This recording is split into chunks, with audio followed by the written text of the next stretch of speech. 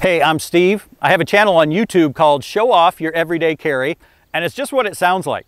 It's a channel for people who don't have channels, but want to show off the gear that you carry every day. You make a video, send it to me, I'll put it up on my channel so people can see it.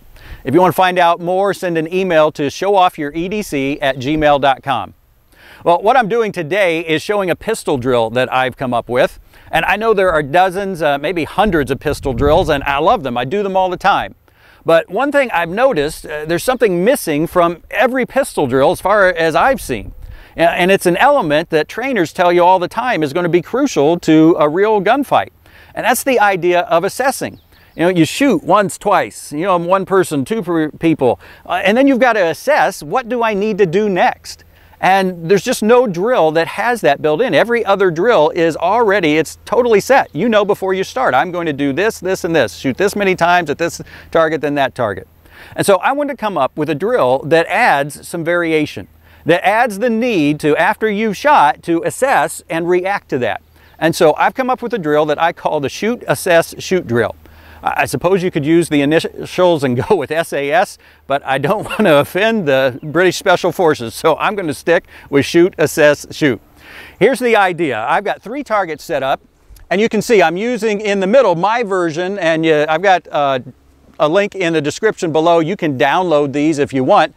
In the center there are the IPSC rectangles, the A-zone rectangles, and I've got a line there so they're spaced the right distance apart. On the right there are the IDPA circles, and then on the left I thought, why leave out triangles? So I made a target with triangles. And you'll also see that the spacing is different, the angles are a little different. That's the whole point, is to try to build in some variation to things. And what you're going to do is, from whatever distance, 3, 5, 7, 10, I'm going to stand 5 yards back when I do it from the center target, and then that one on the right's probably about another 3 behind that. But what you do is you start with 8 rounds in your magazine and 1 in the chamber, and then 3 or more in a spare mag. And when the timer goes off, you're going to shoot 2 into the center A-zone target, the chest A-zone target of the center target. That makes sense? And then you're going to assess the second shot.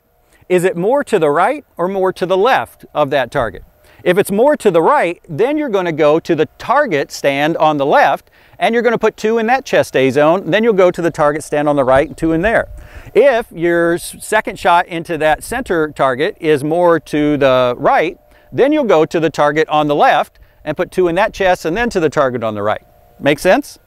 Well, you're going to do the same thing then. You'll come back to the middle and you'll put 1 into the head A zone of that center target. And you'll look at it. All right, is it more to the right, more to the left? You'll assess and then you'll react. If it's more to the right, you go to the target on the left, put 1 in that head A zone and then the target on the right, and vice versa. At that point, you're going to be at slide lock. And wherever you are, you can move to the center, you can stay there, do whatever you want. But as you reload, you want to assess, all right, which target of the 3 has the worst group? And there's no set way to say, it's like, all right, the head's decent, but the chest is bad, chest is good, whatever. That's, again, the point. I don't want it to be cut and dried, to be easy, because a real gunfight's going to be anything but calm and organized. And so I want to build in this habit of being able to think under a little bit of pressure. Well, whichever target has the worst grouping, then you're going to put 2 to the chest, 1 to the head, and that's the end of the drill. Now, I'd say a decent par time based on just I just came up with this, practiced it a few times. 20 seconds with what I'm doing is definitely attainable. I want to get better and better. The problem with this drill and times is, any other drill, they're consistent. And so your time is more meaningful because you've done the exact same thing. And all right, did I do it faster or slower? This drill, you want it to be different every time, every session, maybe even mix it up during the session. I don't know. But with that in mind, what I would encourage you to do is to take an average of the times and during that session, and then keep track of that maybe for 3 sessions. And then next time, 3 more sessions, and compare those. And that way it sort of blends things together. You can't compare apples to apples, but you're comparing apples and oranges to apples and oranges, and it'll start to have some meaning. I'd also say any miss, you add 1 second, and you can factor that into the time. So I'm going to go ahead and shoot this, let you see how it works in practice. Again, I hope you like it. I hope you find it helpful.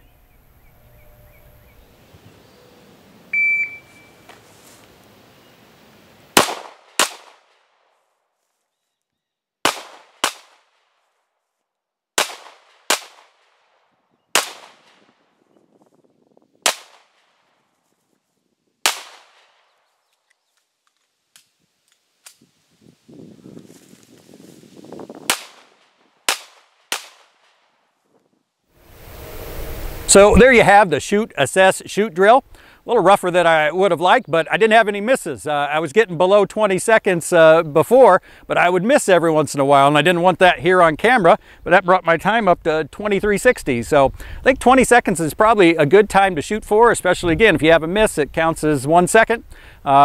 Feel free to mix it up however you want. Let me know any good ideas you have to add to it. I'd love to see them. Feel free to make your own video of this, but please let people know you got it from Steve at Show Off Your Everyday Carry here on YouTube. And whatever you do, if you like it, please share it. That helps me a lot, and it helps other people so they can see it. Thanks a lot.